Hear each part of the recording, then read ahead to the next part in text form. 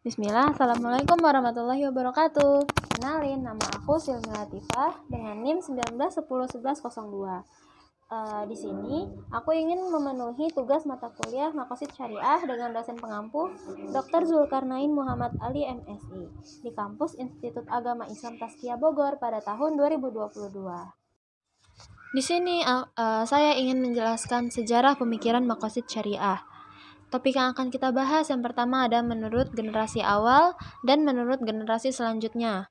Ada beberapa menurut generasi awal dan ada beberapa menurut generasi selanjutnya. Nah, menurut generasi awal yang pertama ada Tirmizi Al-Hakim. Beliau sendiri yaitu seorang sufi dan filosofis yang hidup di abad ke-3 Hijriyah, yang memiliki pemikiran tentang maqasid syariah yang fokus terhadap pembahasan tujuan-tujuan sholat. Maksud dan hikmah dari sholat dapat dilihat dari sisi falsafah dan gerakannya itu. Nah, menurut Tirmizi, zikir dalam sholat ialah dapat dengan mengingat Allah, maka hati akan menjadi lembut dan sejuk, sedangkan syahwat hawa nafsu menjadi mengeras dan kering di hati. Contohnya seperti pohon yang tidak pernah disiram, maka akan mengering dan layu.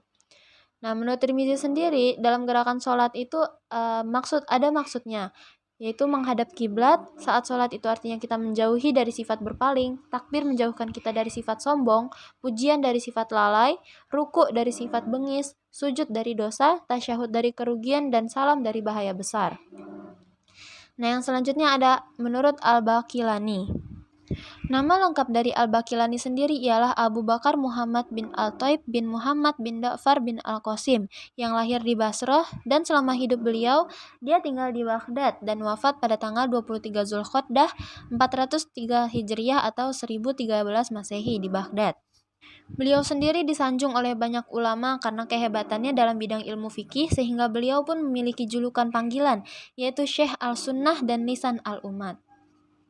Penulisannya dalam ilmu usul fikih sendiri menuju tahapan yang ruang lingkupnya lebih luas dan komprehensif, yaitu pada tahapan pencampuran dan perkawinan dengan ilmu kalam. Karangan-karangan yang beliau buat banyak mempengaruhi ulama-ulama sesudahnya dalam pengembangan ilmu usul fikih, terutama dalam pengembangan maqasid syariah. Nah, yang selanjutnya ada menurut Imam Al-Harmain atau Imam Juwaini. Nama lengkap dari imam tersebut ialah Abu Al-Ma'ali Abdul Malik bin Abdullah Al-Juwaini. Ya, beliau sendiri dilahirkan di Parsi, Nisaburi pada tahun 419 Hijriah atau 999 Masehi.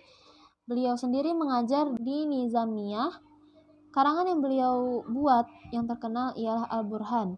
Menurut beliau, hakikat maqasid ialah barang siapa yang belum mengetahui hakikat maqasid dalam bentuk perintah-perintah dan larangan-larangan, maka dia tidak pantas dalam meletakkan syariah. Dalam kitab Al-Burhan dijelaskan dalam bab ilah dan usul menurutnya, terdapat 5 kategori pembagian dalam ilah atau ta'lilah al-syar'iyah, yaitu segala sesuatu yang berhubungan dengan daruriyat, yang berhubungan dengan hajat, sesuatu yang daruriyat dan hajat kebutuhan publik, melainkan dalam bentuk tahali, hiasan, segala sesuatu yang tidak berhubungan dengan daruriyat dan hajat kebutuhan publik, dan segala sesuatu yang tidak kelihatan proses taklil, yang jelas dan tujuan yang tertentu yang tidak masuk dalam pembahasan daruriyat, hajat, dan makaroma. Nah, yang selanjutnya ada menurut Abu Hamid Ghazali, yang lebih dikenal dengan nama Imam Ghazali. Beliau sendiri merupakan murid dari Imam Juwaini, yang seorang pakar hukum, pakar doktrin Islam, akidah, dan sufi dari abad 12. Menurut beliau, maslahat yang tepat mempunyai taklil yang benar, yaitu yang terkandung di dalamnya tujuan dari tujuan-tujuan syar'i. Maqasid asyari sendiri pun dibagi 2, yaitu dini agama dan duniawi, dunia. Nah, selanjutnya ada Izzuddin Abdul Salam. Nama lengkap beliau ialah Izzuddin Abdul Aziz bin Abdul Salam, yang berasal dari Maghribi, kelahiran Damsyik yang menetap dan meninggal di Mesir. Digelar Sultan Al-Ulama oleh Ibn Dakit Al-Aid yang dilahirkan pada tahun 578 Hijriah. Beliau sendiri mengatakan bahwa tujuan syariah adalah untuk mendatangkan kemaslahatan dan menjauhi mafsadah. Nah, yang selanjutnya ada Ibn Taimiyah. Nama lengkap beliau ialah Taqiyuddin Abu Abbas Ahmad bin Abdul Halim Ibn Abdul Salam bin Muhammad Ibn Taimiyah. Beliau sendiri dilahirkan di Haran dekat Damaskus, Suriah pada tahun 611 Hijriah atau 1263 Masehi. Dalam bukunya yang berjudul Majmu' Fatawa, kata maqasid sangat jelas disebutkan, terutama dalam pembahasan wilayat. Menurutnya, apabila penguasa telah mengetahui maqasid dan wasail, maka sempurnalah urusannya. Yang selanjutnya ada maqasid menurut generasi selanjutnya, yaitu dari Imam Syatibi. Ulama satu ini dikenal sebagai Syekhul Maqasid.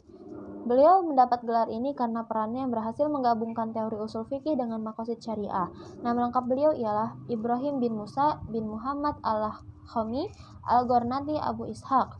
Karya beliau yang sangat berhubungan dengan maqasid ialah Al-Muwafaqat. Imam Syatibi sendiri membagi maqasid syariah menjadi dua, yaitu maqasid al-syar'i dan maqasid al-mukallaf. Nah, yang selanjutnya ada menurut Ibnu Ashur. Nama lengkap beliau ialah Muhammad Al-Tahir bin Ashur yang dilahirkan di Tunisia pada tahun 1879 dan wafat pada tahun 1973. Beliau sendiri berasal dari keluarga ulama. Beliau pada tahun 1892 masuk ke Universitas Zaitunah yang kemudian menjadi pengajar di sana sampai akhir hayatnya. Karyanya yang terkenal dalam ilmu maqasid berjudul Maqasid Al-Syar'iyah Al-Islamiyah. Beliau membagi maqasid menjadi dua, yaitu maqasid ammah dan maqasid khassah. Yang selanjutnya ada menurut Abu Zahra. Nama lengkap beliau ialah Muhammad bin Ahmad bin Mustafa bin Ahmad Abu Zahra yang lahir pada tahun 1315 Hijriah atau 1989 Masehi di Mahalah Al-Kubra, Mesir dan wafat pada tahun 1994.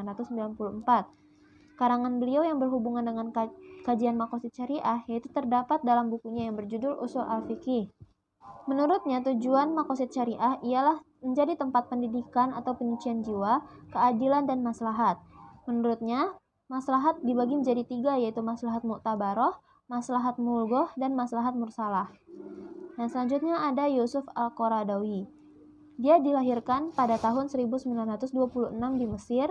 Beliau sendiri memulai pelajarannya dari sekolah dasar dan menengah di College Al-Azhar. Karya-karya yang beliau buat tidak hanya berhubungan dengan permasalahan agama saja, akan tapi dalam ruang lingkup yang lebih luas seperti ekonomi, sosial, dan politik. Selain itu, karya-karyanya telah banyak diterjemahkan ke dalam beberapa bahasa di dunia.